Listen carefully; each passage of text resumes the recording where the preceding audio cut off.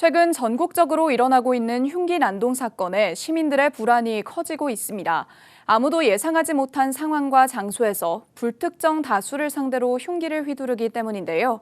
경찰은 이를 테러라고 규정하며 강력 대응에 나서고 있습니다. 그런데 이런 흉악범죄가 일어나는 원인은 뭘까요?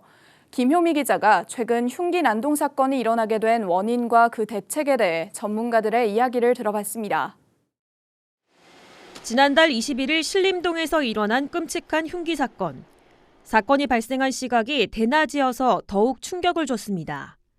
범인인 전과 3범의 90년생 남성은 남들이 나보다 행복해서 싫었다고 경찰 조사에서 말했습니다. 그 이후 이를 모방한 흉기 난동이 연쇄적으로 발생하고 칼부림 예고 글들이 인터넷상에 유행처럼 번지며 시민들을 더 불안에 떨게 했습니다. 전문가들은 잇따라 발생하는 흉기 난동 범죄에 대해 사회 구조적인 문제가 반영된 결과라고 지적했습니다. 자기 또래가 자기보다 행복하게 사는 게 기분 나빴다는 거 아니에요. 그럼 답이 나오잖아요. 어떻게 우리 사회가 어떻게 가야 되는지를 있는 사람도 좀 남들한테 베풀 수도 있어야 되고 총체적으로 사회 구조적으로 문제가 있다는 것을 은연중에 보여주고 있잖아요. 최은결 교수는 성공지향적인 삶안을 강조하는 사회 속에서 베품을 가르치는 것이 근본적인 해결책이라고 제시했습니다.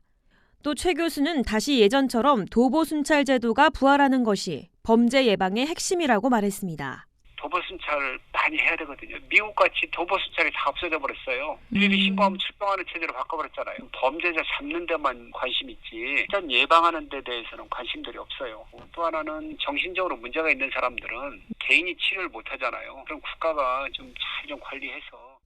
교계 입장은 어떨까? 차별금지법 반대운동 등 사회 문제에 앞장서고 있는 기런평 한동대 석좌 교수 또한 타인을 돌아보지 않고 과도한 경쟁 속에서 성공만을 중요하게 생각하는 교육제도 등을 원인으로 꼽았습니다.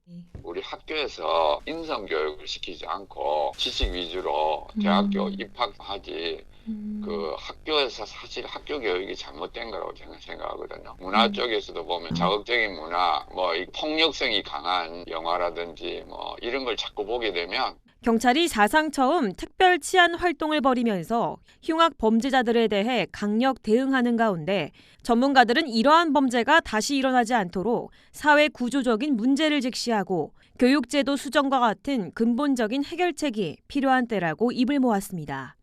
고티비 뉴스 김효미였습니다.